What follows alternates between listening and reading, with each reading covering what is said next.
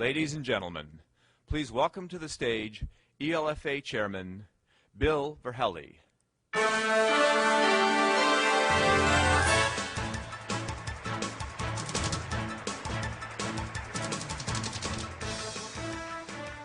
Thank you, and welcome to our 47th annual convention.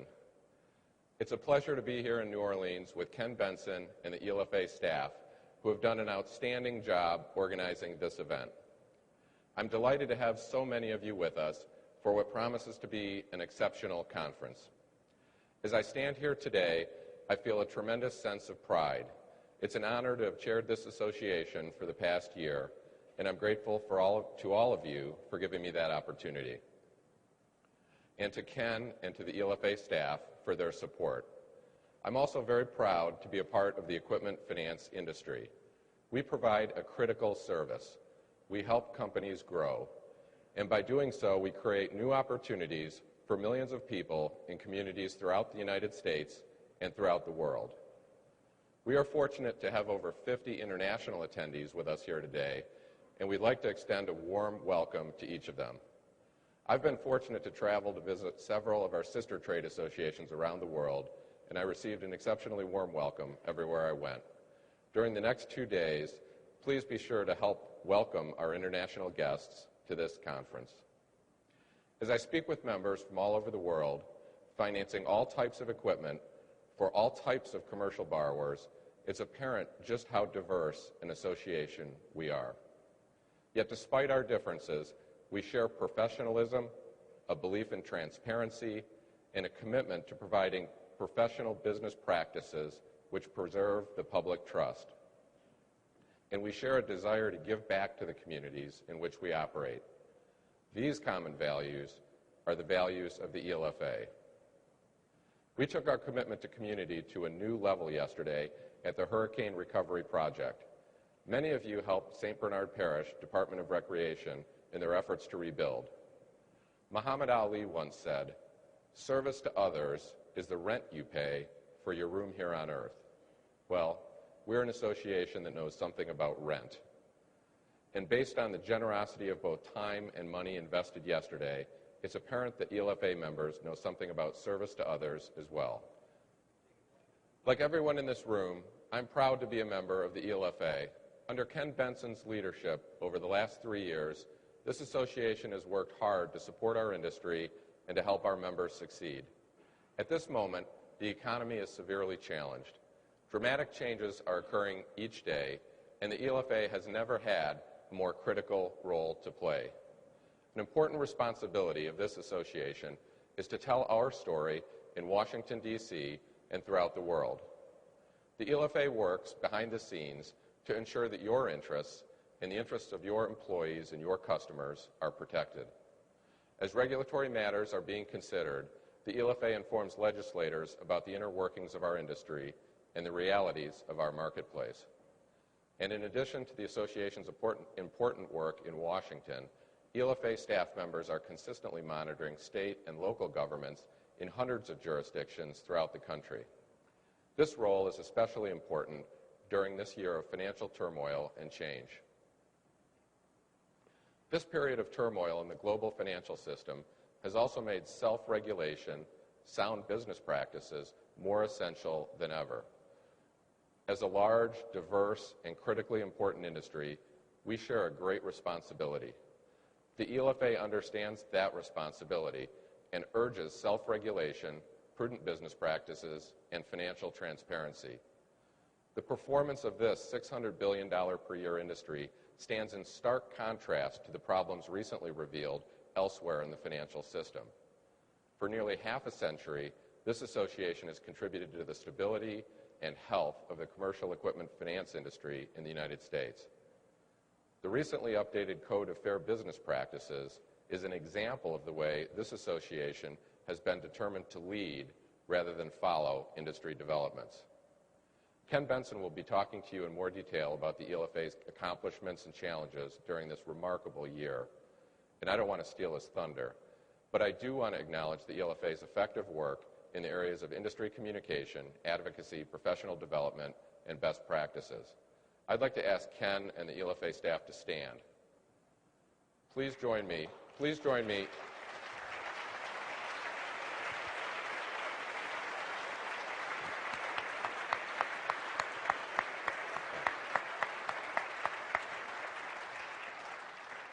Thank you.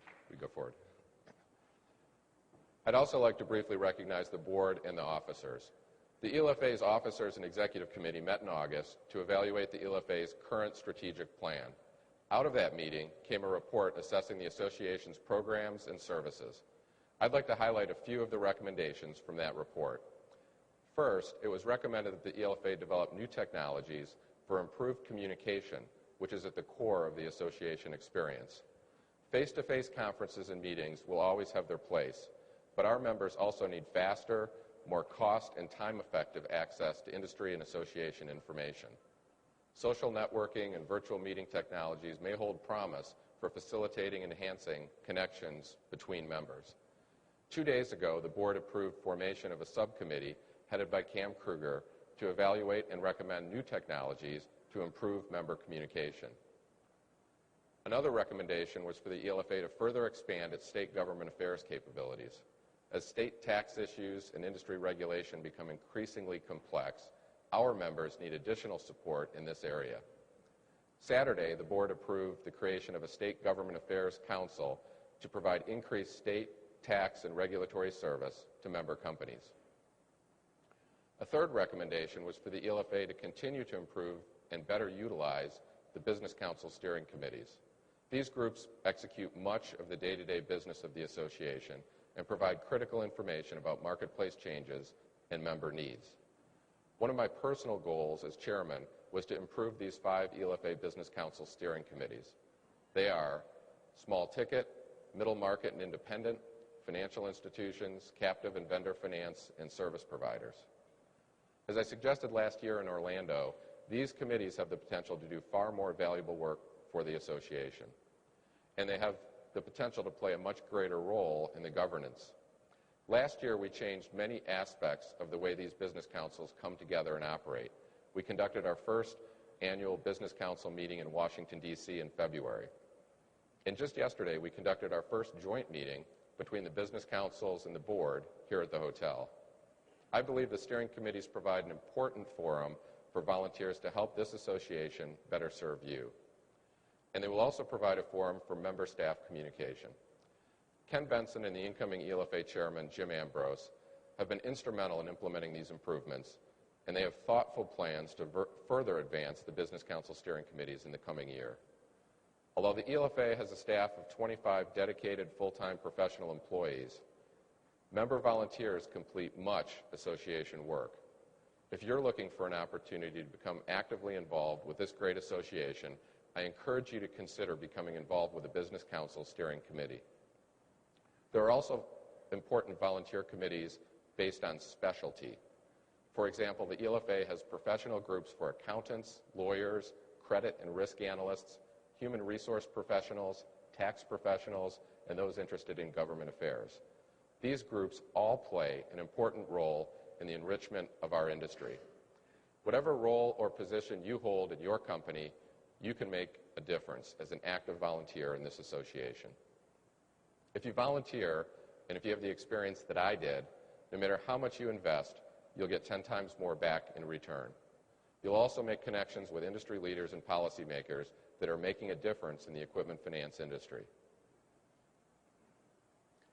As the theme of our conference, Financing New Frontiers, implies, the world is changing. When I took over the chairmanship from Valerie Jester a year ago, we thought our industry was stable and secure. Our members were anticipating normal growth and traditional business plans.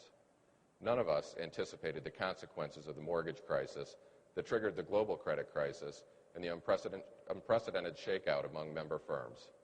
And none of us could have predicted the human toll experienced by many employees who devoted their careers to this industry.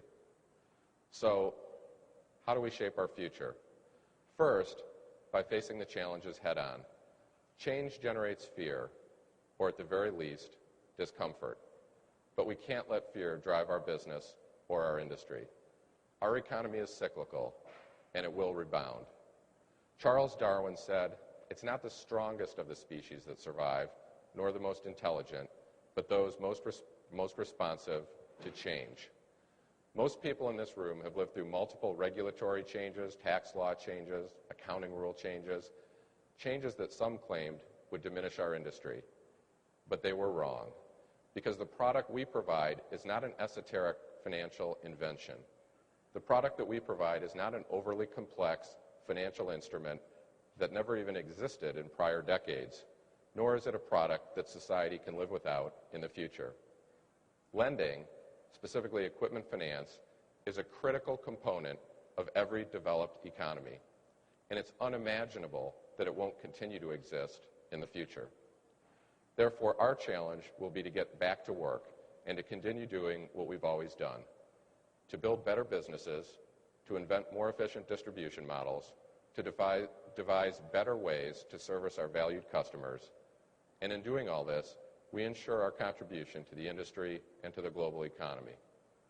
Frankly, there's no one better prepared for the task than the equipment finance industry. The history of this industry is one of pioneering and innovation. Most people in this room recall the savings and loan crisis of 1982, the leveraged lending and real estate crisis of 1991, the so-called Russian crisis of 1998, the Y2K and technology bubble and the dot-com crisis, and so on. Although the current economic challenges may be different, or perhaps more severe, we will get through this difficult period. And the ELFA faces similar challenges. Just as these challenging financial times test our personal and professional character as individuals, the current financial crisis is a test for the ELFA. Trade associations of any type are most valuable to their members during periods of transition, and the ELFA has never been more important to this industry than it is today. And ladies and gentlemen, the ELFA is ready. Thank you.